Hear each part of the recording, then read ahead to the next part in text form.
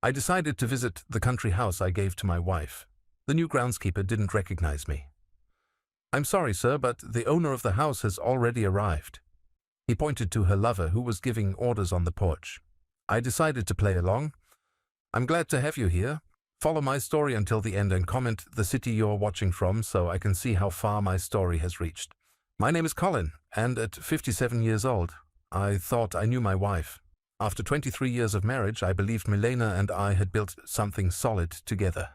The country house in Vermont had been my gift to her 3 years ago, a place where she could find peace, pursue her art, and escape the pressures of city life. She'd been spending more and more time there lately, claiming she needed space to reconnect with herself. I should have seen the signs. The drive from Boston took me 3 hours, winding through autumn roads painted in brilliant oranges and reds. I hadn't called ahead. I wanted to surprise her. Maybe we could spend the weekend together, just the two of us, like we used to in the early days. God knows we needed it. Our conversations had become stilted, formal, like two strangers sharing a house rather than a life. The wrought iron gates came into view around the final bend, and my heart lifted slightly. The property looked magnificent in the fall light, the old colonial house sitting proudly among the maple trees I'd paid $12,000 to have professionally landscaped. Everything appeared perfect from the outside. I pulled up to the gate and pressed the intercom button, expecting it to swing open automatically. Instead, a voice I didn't recognize crackled through the speaker. "Yes. What can I do for you?" I frowned, leaning closer to the intercom. "I'm here to see Milena. I'm her husband." There was a pause, then the sound of footsteps on gravel. A man appeared from the small groundskeeper's cottage, a structure I'd had built last year so Milena wouldn't feel isolated when she stayed alone. He was younger than me, maybe in his early 40s, with the kind of rugged good looks that belonged in a cologne advertisement. He approached my car with the confident stride of someone who belonged here. "I'm sorry, sir," he said, his tone polite but firm, "but the owner of the house has already arrived." The words hit me like ice water. Owner of the house? I stared at him, waiting for recognition to dawn in his eyes, for him to realize his mistake. But his expression remained unchanged, professional, courteous, and completely unaware that he was speaking to the man who held the deed to this property. "I think there's been a misunderstanding," I said, my voice sounding strange even to my own ears. "I'm Colin Patterson. This is my house." The man's brow furrowed slightly, but not with recognition, with confusion. "Sir, I'm going to have to ask you to leave. Mrs. Patterson and her husband are here for a private weekend, and they specifically requested no interruptions." Her husband. The words echoed in my head as I sat frozen behind the wheel.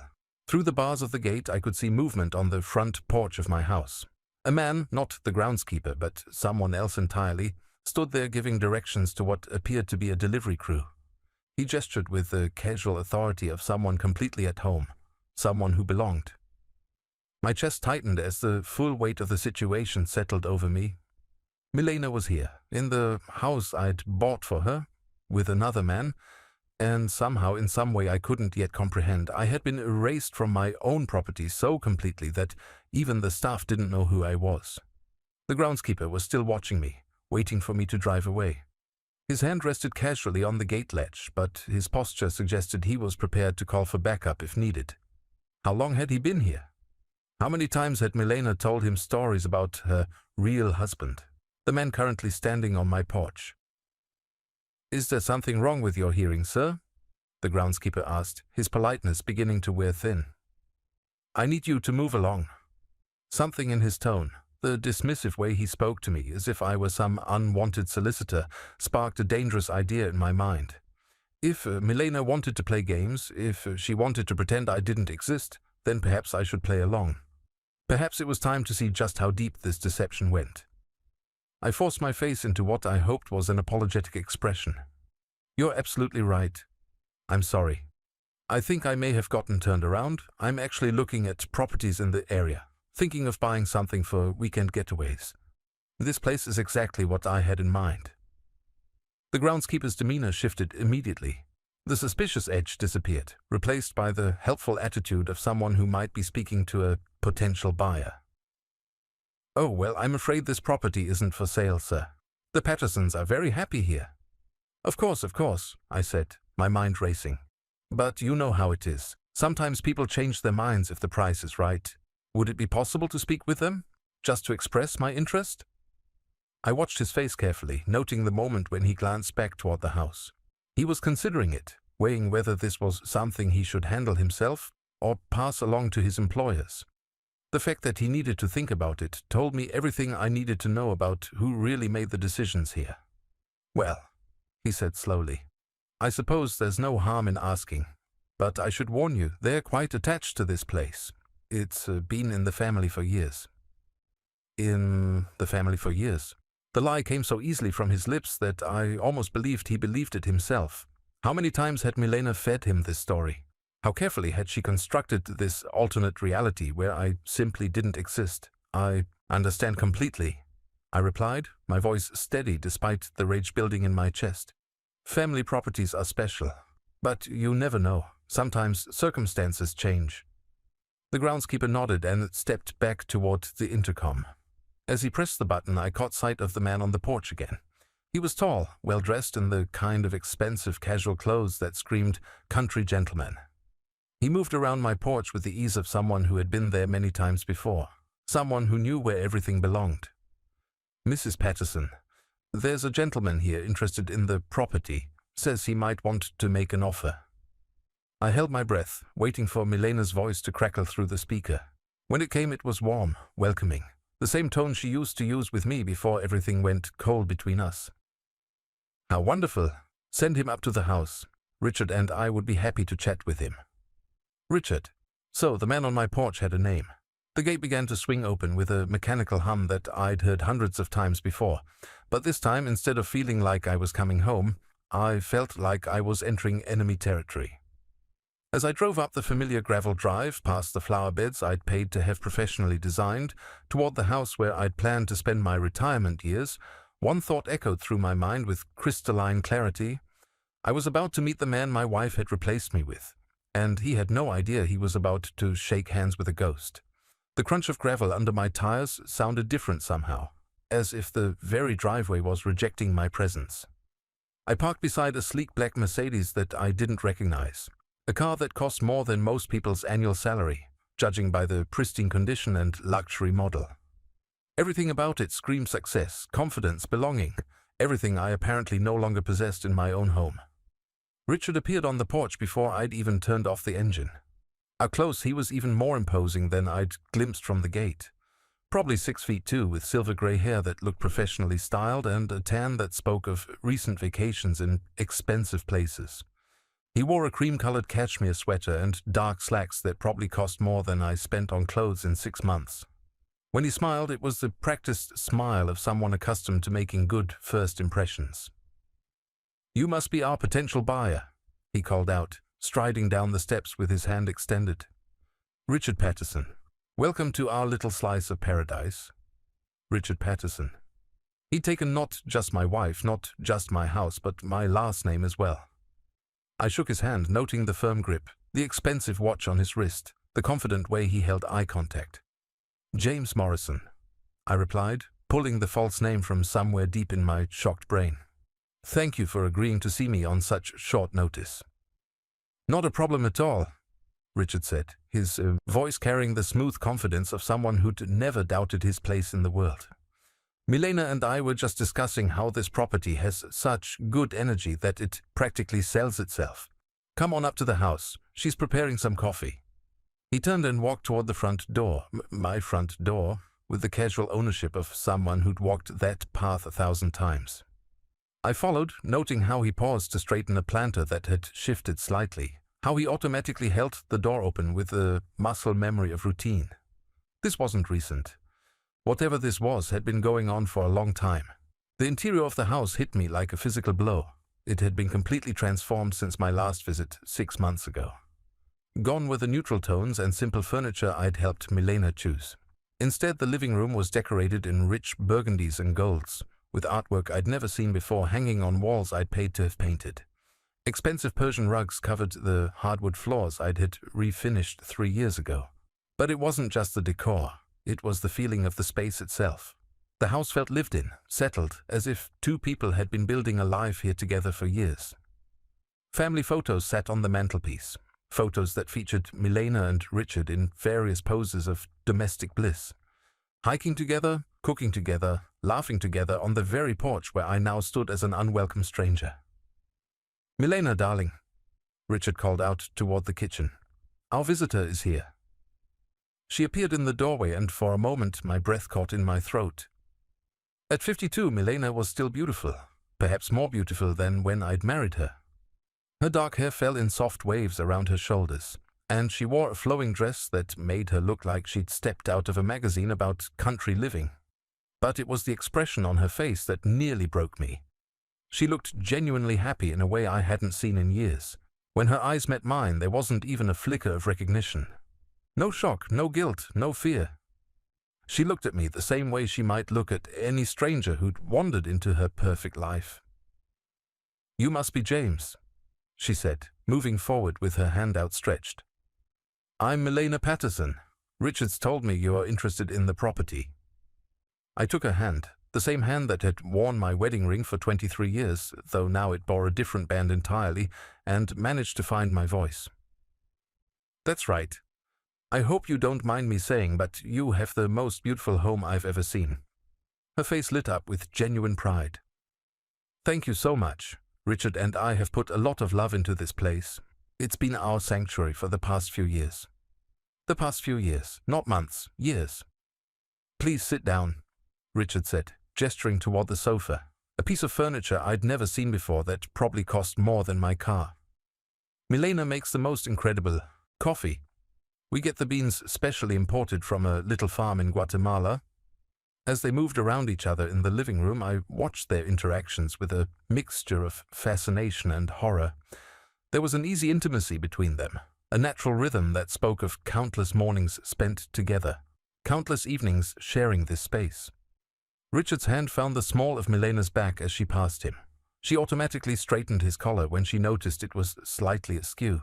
These were the unconscious gestures of a couple deeply comfortable with each other. "So, James," Milena said as she settled into the chair across from me, my favorite reading chair that I'd bought from an antique shop in Cambridge 7 years ago. "What draws you to this area? It's rather off the beaten path." I'd prepared for this question during the drive up from the gate. "I'm recently retired," I said, which wasn't entirely a lie. "I've been looking for somewhere peaceful to write my memoirs. The isolation appeals to me." "How wonderful," she said, and I could hear genuine enthusiasm in her voice. "What sort of work were you in?" "Finance," I replied, choosing something vague enough to avoid follow-up questions. "Corporate consulting mostly. Nothing very interesting." Richard leaned forward with interest. "You know, that's exactly the kind of background this area could use more of. Too many of the old families have let their properties run down because they don't understand modern financial planning." The irony wasn't lost on me.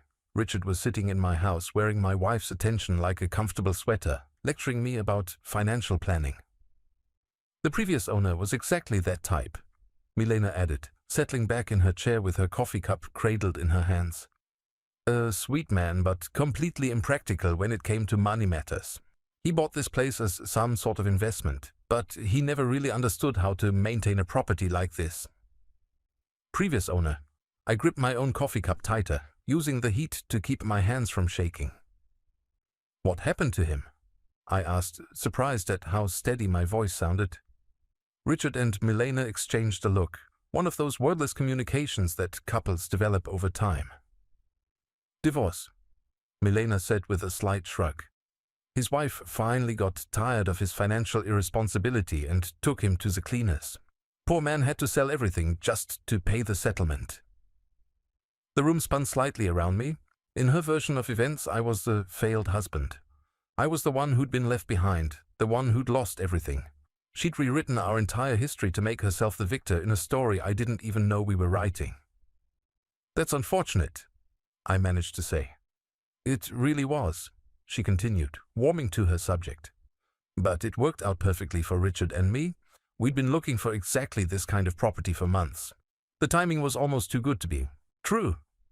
Almost like it was meant to be." Richard added, reaching over to squeeze her hand.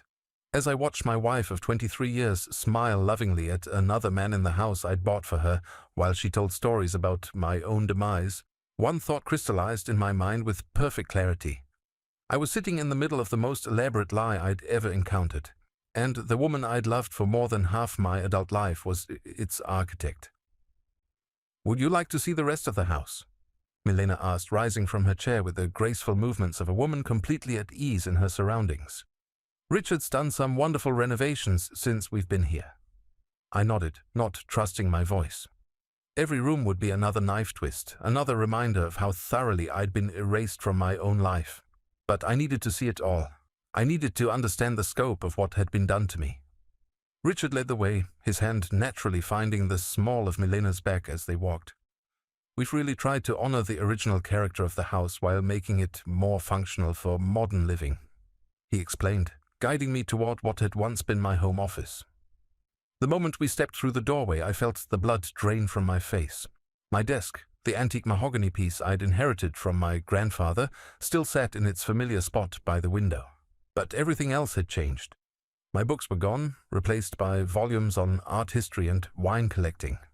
My filing cabinets had been replaced with an elegant credenza that held crystal decanters and expensive-looking pottery. "This is Richard's study," Milena said proudly. "He's quite the collector of rare books." I stared at my grandfather's desk, now covered with papers that belonged to another man. Richard moved behind it with the casual ownership of someone who'd claimed the space completely. As he gestured toward some architectural drawings spread across the surface, I caught sight of something that made my heart stop. There, partially visible beneath the renovation plans, was the corner of a document with my name on it.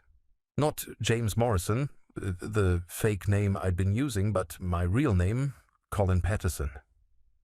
My hands began to shake as I realized what I was looking at. "The previous owner left quite a bit of paperwork behind," Richard was saying, apparently noticing my stare. "Legal documents, property records, that sort of thing. We've been meaning to have it all properly disposed of, but you know how these things go." "Richard's been handling all the legal aspects of the property transfer," Milena added.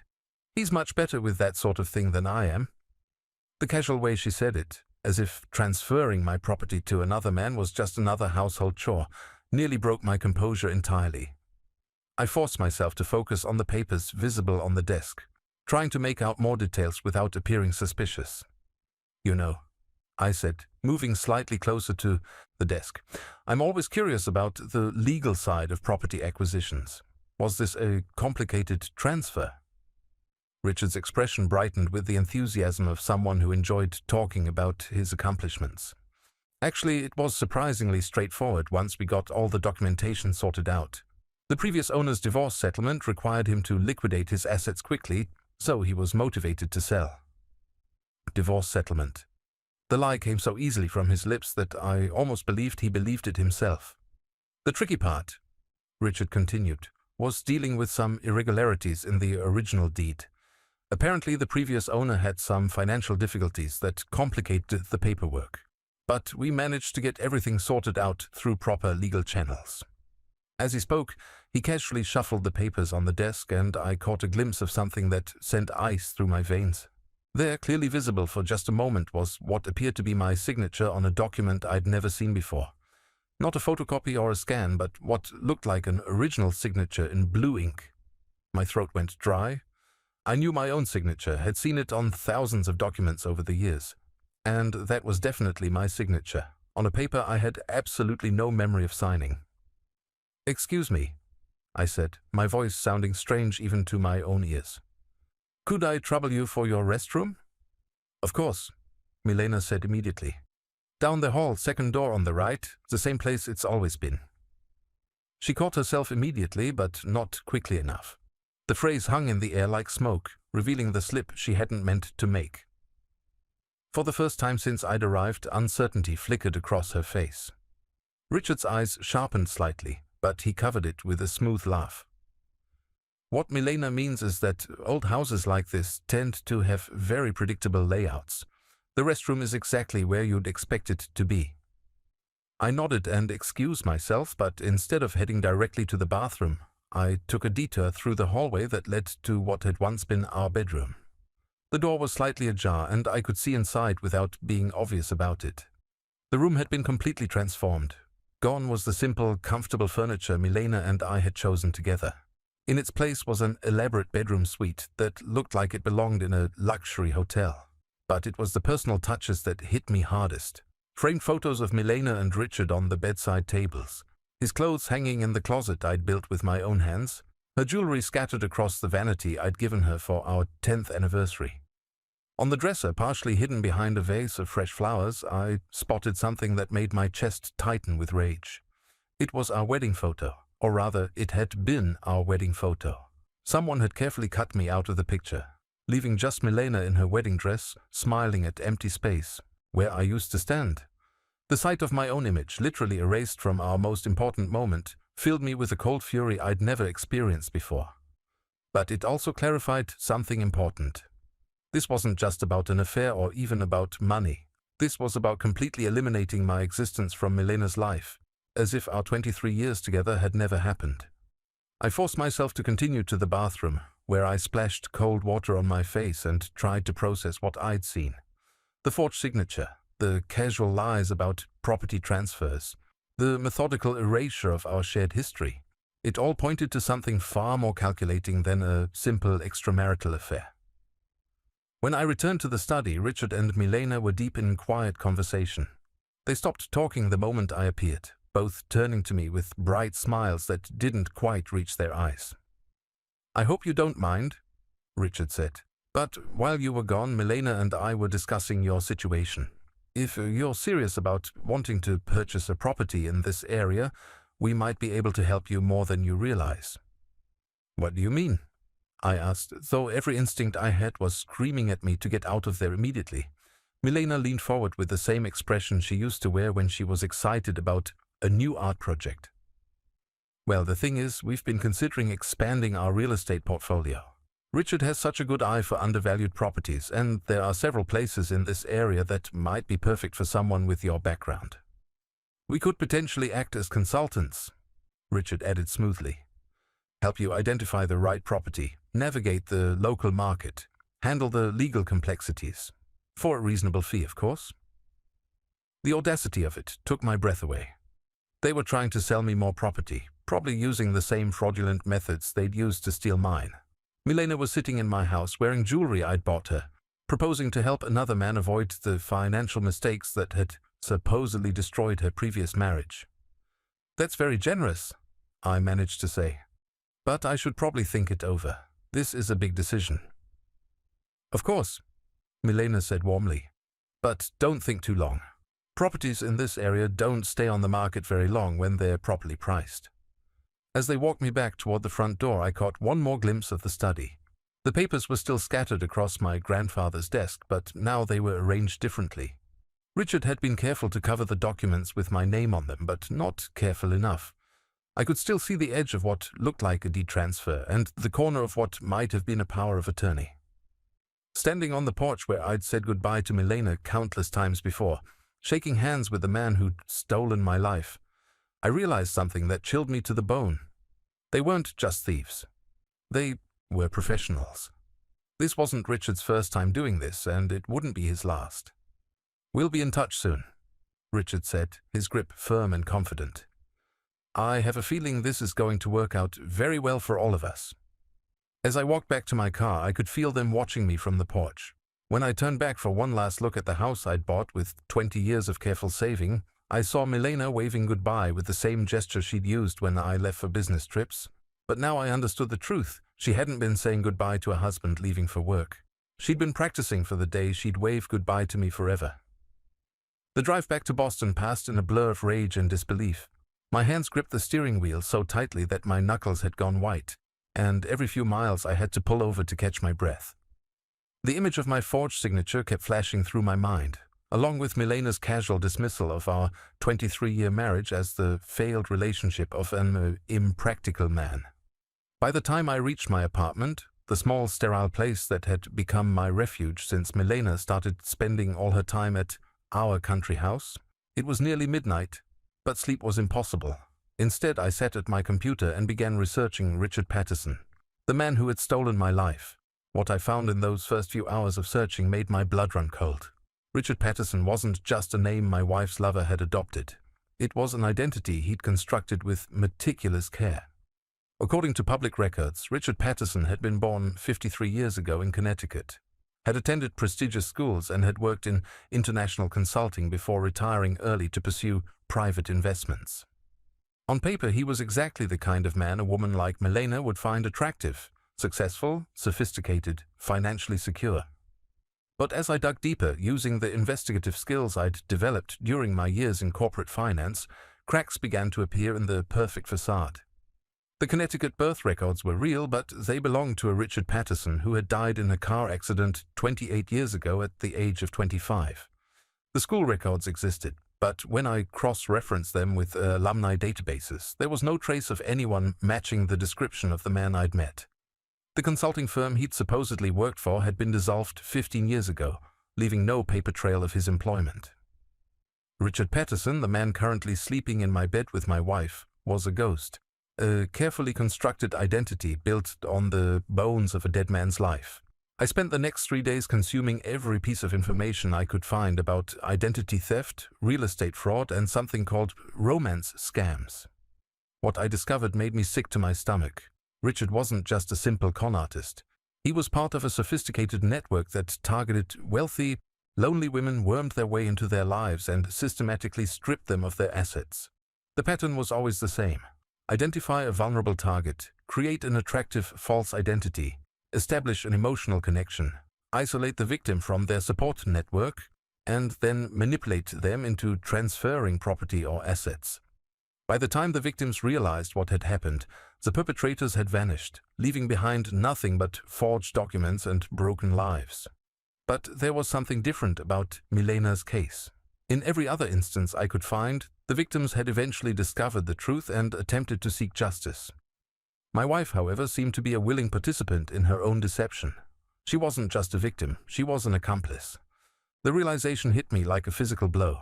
Milena hadn't been seduced and manipulated. She had actively chosen to betray me, to rewrite our history, to steal my property and give it to another man. The woman I'd loved for more than half my adult life had looked at our marriage and decided it was worth less than whatever Richard had promised her. On the fourth day, I made a decision that would have seemed impossible a week earlier. I hired a private investigator. Margaret Chen came highly recommended by my lawyer, who had handled enough messy divorces to know the value of professional investigation. She was a small, precise woman in her early 60s who spoke with the calm authority of someone who'd seen every possible variation of human betrayal. "Your wife's boyfriend has done this before," she told me after reviewing the information I'd gathered. We were sitting in her office in downtown Boston, surrounded by filing cabinets full of other people's shattered lives. The Richard Patterson identity is just his latest creation. We've been tracking this particular individual for 3 years now. My heart stopped. "You know who he really is?" Margaret nodded grimly. "His real name is Robert Palmer, originally from Michigan. He's 47 years old, has a criminal record dating back to his 20s, and has been running sophisticated romance scams across New England for at least a decade. Your wife is his 4th victim that we know of." 4th victim. The words echoed in my head as Margaret spread out a series of photographs on her desk. Each one showed Robert Palmer, Richard Patterson, with a different woman. All of them were attractive, well-dressed, and middle-aged. All of them were smiling at the camera with the same expression of contentment I'd seen on Milena's face. "What happened to the others?" I asked, though I wasn't sure I wanted to hear the answer. "The first one, Sandra Mitchell from Maine, lost her house and her life savings before she figured out what was happening. She tried to press charges, but Palmer had already moved on. The second victim, Patricia Wayne from New Hampshire, actually married him before discovering the truth. She's still fighting to recover her assets through the courts."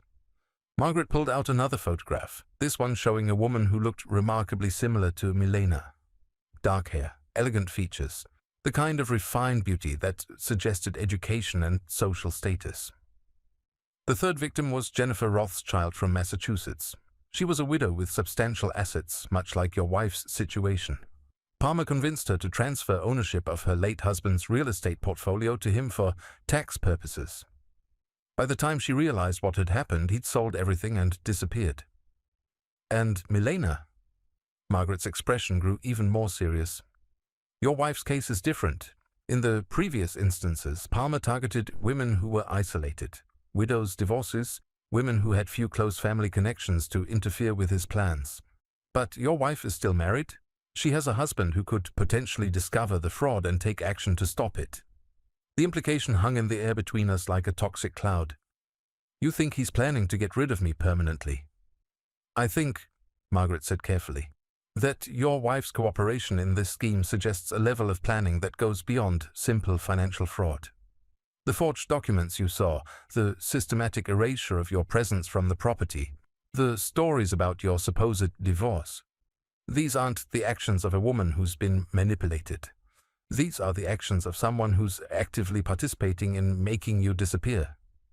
She leaned forward, her eyes holding mine with uncomfortable intensity.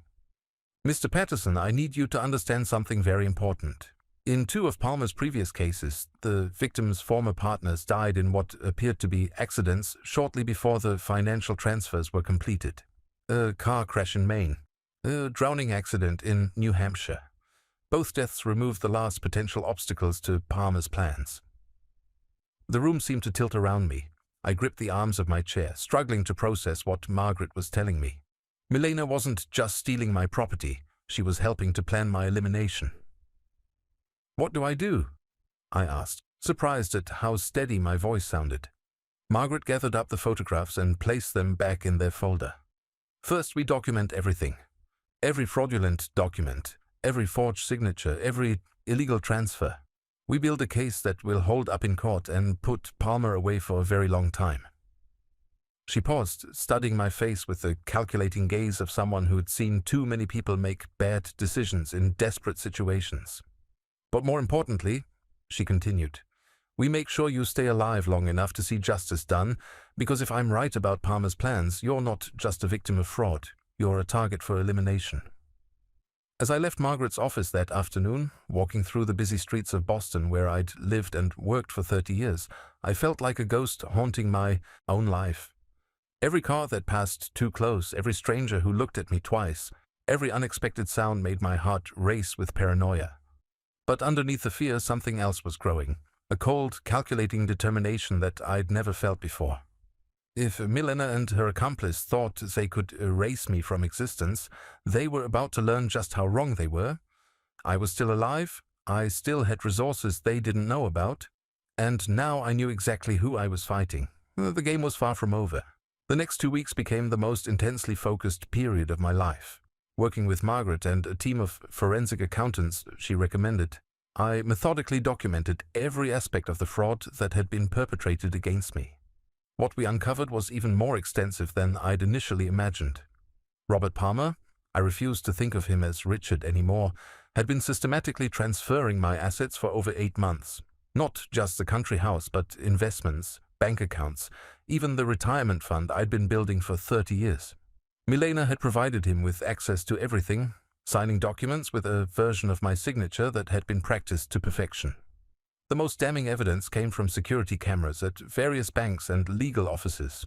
Margaret's contacts in law enforcement helped us obtain footage showing Milena and Palmer together, conducting business with forged power of attorney documents. In one particularly clear recording, Palmer could be seen coaching Milena on how to sign my name. Their heads spent together over paperwork like conspirators planning a heist. Because that's exactly what they were. But the discovery that changed everything came on a Tuesday afternoon when Margaret called me with news that made my blood run cold. We found Palmer's next target, she said without preamble. Her name is Dorothy Henshaw. She's a 72-year-old widow from Newport who inherited a substantial estate from her late husband. Palmer has already made contact. My heart sank. Another woman about to be destroyed by the man who'd stolen my life. What's the timeline? Based on his previous patterns, he's probably 3 to 4 weeks away from beginning the property transfers. But here's the thing, Colin. We found communications between Palmer and Milena discussing their plans for Mrs. Henshaw. And your name came up. I gripped the phone tighter. What do you mean? They're planning to use your tragic accident as part of their story with the new victim. According to their correspondence, they're going to tell Mrs. Henshaw that Milena is a recent widow who lost her beloved husband in a car crash, which is why she's so grateful to have found love again with Richard. Your death is supposed to generate sympathy and trust. The casual way they discussed my planned murder, as if it were just another element in their romantic fiction, filled me with a rage so pure it was almost liberating. They had underestimated me completely, treating me like an obstacle to be removed rather than an opponent capable of fighting back. There's more, Margaret continued. We intercepted communications suggesting that Palmer is getting impatient with the current scheme. He's pressuring Milena to accelerate the timeline for your elimination. They are planning something for this weekend. This weekend. 4 days away. That night I barely slept. Every sound outside my apartment made me jump. Every car that lingered too long in the parking lot sent my heart racing. But by morning my fear had crystallized into something far more useful. A plan. I called in sick to work, not difficult to do convincingly given that I looked like hell, and spent the day making preparations. I transferred what remained of my accessible funds to accounts Palmer didn't know about. I made copies of all the evidence Margaret had gathered and stored them in multiple secure locations. I wrote detailed letters explaining everything I'd discovered and arranged for them to be delivered to law enforcement if anything happened to me. But most importantly, I made a phone call that would change everything. Mrs. Henshaw, my name is Colin Patterson, and I believe you are in terrible danger. The conversation that followed was one of the most difficult I'd ever had. Dorothy Henshaw was a sharp, intelligent woman who initially reacted with skepticism to my warnings about the man she knew as Richard Patterson. But when I showed her the photographs Margaret had compiled, when I played her recordings of Palmer using the same romantic lines he'd used on his previous victims, her disbelief crumbled into horror. He seemed so genuine, she whispered over the phone. He told me about losing his previous girlfriend in a car accident, how devastated he was, how grateful he felt to have found love again. Mrs. Henshaw, I said gently, that previous girlfriend is my wife, and I'm the one who's supposed to die in that car accident. By Thursday evening, everything was in place. Dorothy Henshaw had agreed to cooperate with law enforcement, wearing recording equipment during her scheduled meeting with Palmer the following evening. Federal agents brought in because Palmer had crossed state lines were positioned to make arrests the moment financial documents were presented for signature. But I had one more card to play, a personal confrontation that would ensure Milena understood exactly what she had lost.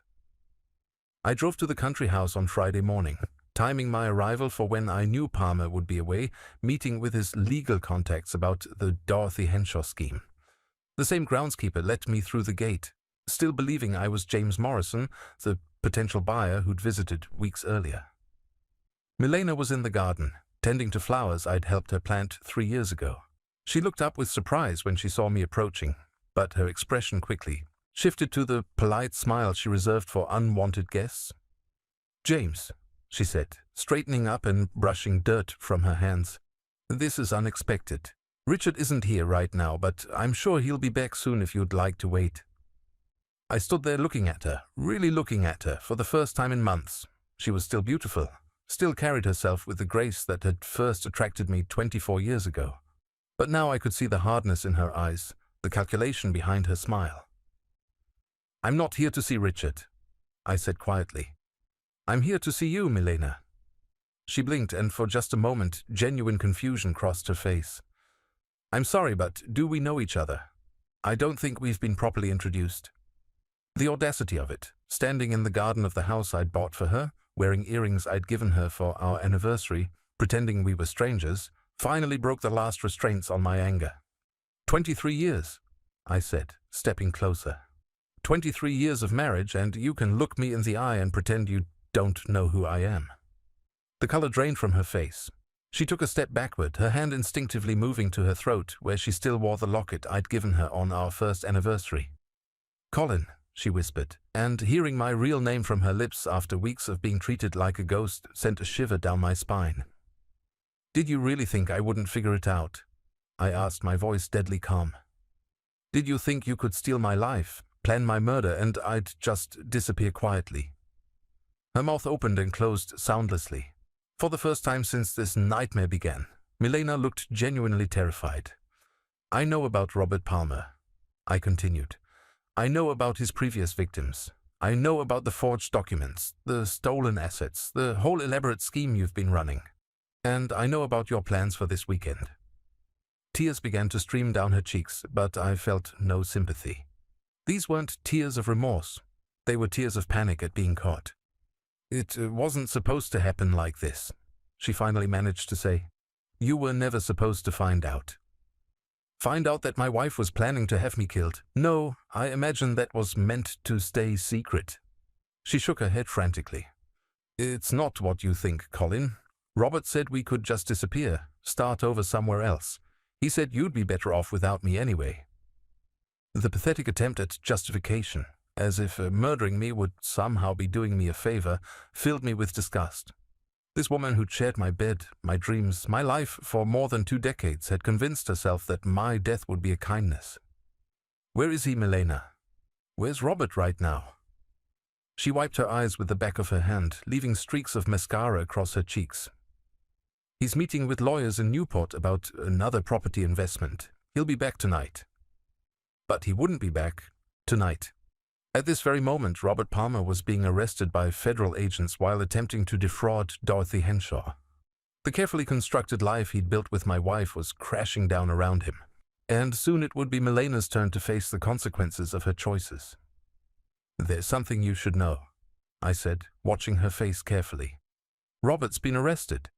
The FBI has been watching him for weeks, documenting everything. They have recordings, photographs, financial records, everything they need to put him away for the rest of his life. Milena's legs seemed to give out beneath her. She sank down onto the garden bench, her face a mask of shock and despair. And they have evidence of your involvement, too, I continued. Every forged signature, every fraudulent document, every asset transfer, it's all documented. You're going to prison, Milena, for a very long time. She looked up at me then, and for a moment I saw a flicker of the woman I'd once loved. Vulnerable, frightened, desperate. Colin, please, she whispered. I know I made terrible mistakes, but we can fix this. We can work something out. But it was too late for that. Far too late. The only thing you can do now, I said, turning to walk away, is hope that the prosecutor shows you more mercy than you showed me. As I reached the gate, I heard her calling my name, her voice breaking with desperation. But I didn't look back. The woman crying in that garden wasn't my wife anymore. She was a stranger who'd worn Milena's face while plotting my destruction. And now she would face the consequences of her choices alone. 6 months later, I sat in a federal courthouse in Boston, watching as Milena Patterson, she'd kept my name even after everything, was sentenced to 12 years in prison for conspiracy to commit fraud, identity theft, and accessory to attempted murder. Robert Palmer had already been sentenced to 25 years without the possibility of parole, his long history of similar crimes finally catching up with him. The woman in the orange jumpsuit bore little resemblance to the elegant socialite who'd once graced my arm at charity galas and dinner parties. Prison had stripped away the careful makeup, the expensive clothes, the polished facade that had hidden her true nature from me for so many years. When the judge read her sentence, she didn't cry or plead or show any sign of the vulnerability she'd tried to use to manipulate me during our final confrontation. She just looked empty, hollow, like a shell of a person who'd finally run out of lies to tell. As the bailiff led her away in shackles, she turned to look at me one last time. Our eyes met across the courtroom, and I felt nothing. No anger, no sadness, no lingering love for the woman I'd spent 23 years trying to make happy. Just the quiet satisfaction of seeing justice served. The federal prosecutor, a sharp woman named Amanda Torres, who'd become something of a specialist in Palmer's type of fraud, approached me as the courtroom emptied. Mr. Patterson, I wanted to thank you again for your cooperation in this case. Without your willingness to come forward and work with law enforcement, Palmer would have continued victimizing innocent people. I shook her hand, thinking about Dorothy Henshaw, who'd sent me a heartfelt letter thanking me for saving her from financial ruin. It was the right thing to do. The asset recovery team will have your property fully restored within the next 30 days. Torres continued. All fraudulent transfers have been reversed and you should have complete access to your accounts by the end of the week. I nodded, though the money and property felt less important now than they had 6 months ago. The real victory wasn't getting my assets back, it was getting my life back. Outside the courthouse, Margaret Chen was waiting for me with a small smile that suggested satisfaction at a job well done. "So," she said as we walked toward the parking garage, "what are your plans now? Are you going to keep the country house?" I'd been thinking about that question for weeks. The house in Vermont held too many memories. Not just of the betrayal, but of the years when I'd been genuinely happy there with a woman who'd never really existed. The Milena I'd loved had been a carefully constructed fiction, as false as Richard Patterson's identity. "I'm selling it," I said. "I've already found a buyer, a young couple with 2 kids who will actually appreciate what it has to offer." Margaret nodded approvingly. "Starting fresh?" "Exactly. And that's what I was doing. Starting completely fresh at 57 years old, with a clarity about life that I'd never possessed before. The betrayal that had nearly destroyed me had also freed me from illusions I hadn't even known I was carrying. 3 weeks later, I stood on the deck of a small cabin I'd purchased in the mountains of North Carolina, a place Milena had never seen, where no memories of our life together could intrude. The cabin was modest compared to the Vermont estate, but it was entirely mine, paid for with money that had never been touched by fraud or deception. My neighbor, a retired teacher named Helen, who lived about a quarter mile down the mountain road, had invited me to a community potluck dinner that evening. It would be my first social gathering since the trial, my first attempt at building relationships that weren't built on lies or manipulation. I was nervous about it, if I'm being honest. After what I'd been through, trusting people felt like walking on ice that might crack at any moment. But I was learning that isolation wasn't safety. It was just another kind of prison. As I dressed for the dinner, I caught sight of myself in the bathroom mirror. I looked different than I had a year ago. Thinner, certainly. The stress had taken its toll, but also more alert, more present. The passive complacency that had allowed me to miss the signs of Milena's betrayal was gone, replaced by a quiet confidence I'd never possessed before.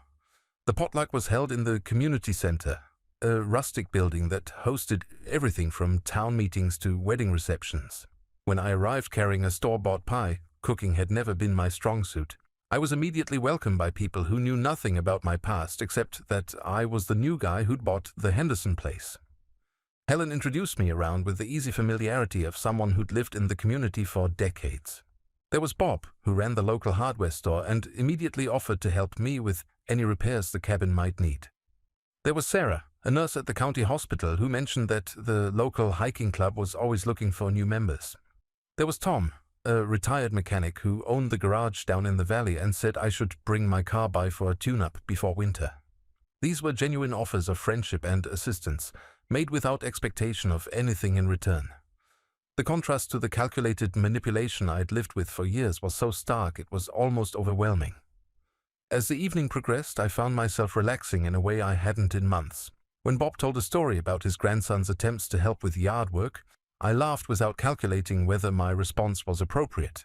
When Sarah mentioned that her book club was reading a mystery novel that reminded her of something that might interest me, I accepted her offer to lend me a copy without wondering what she might want from me in return. This was what normal human interaction felt like. This was what I'd forgotten during all those years of walking on eggshells around Milena's moods and needs and carefully orchestrated social performances. Driving home that night along the dark mountain roads, I felt something I hadn't experienced in years: contentment. Not the desperate happiness of someone trying to convince himself that his life was working, but the quiet satisfaction of someone whose life actually was working. Back at the cabin, I made myself a cup of coffee and sat on the deck, looking out at stars that were invisible in the light-polluted skies of Boston. The silence was complete except for the occasional call of an owl or the rustle of leaves in the wind. For the first time since this whole nightmare began, I thought about my future with genuine excitement rather than grim determination. I was 57 years old, financially secure and completely free to build whatever life I wanted. There were books I wanted to read, places I wanted to travel, friendships I wanted to cultivate without the toxic influence of someone who saw every relationship as an opportunity for manipulation. I thought about Milena sitting in her federal prison cell, probably still trying to figure out how to work the system to her advantage. The woman who'd been so focused on appearances and social status was now wearing identical clothes to murderers and drug dealers, eating institutional food, sleeping on a narrow cot in a shared cell. For a moment, I almost felt sorry for her. Then I remembered the casual way she'd discussed my planned murder with her accomplice, and the sympathy evaporated. Some people make their own prisons through their choices, and Milena had constructed hers with remarkable thoroughness. My phone buzzed with a text message from my lawyer, confirming that the sale of the Vermont house had gone through without complications. The final ties to my old life had been severed. The money from the sale, combined with my recovered assets, meant I could live comfortably for the rest of my life without ever working again if I chose. But I was already thinking about what kind of work I might want to do.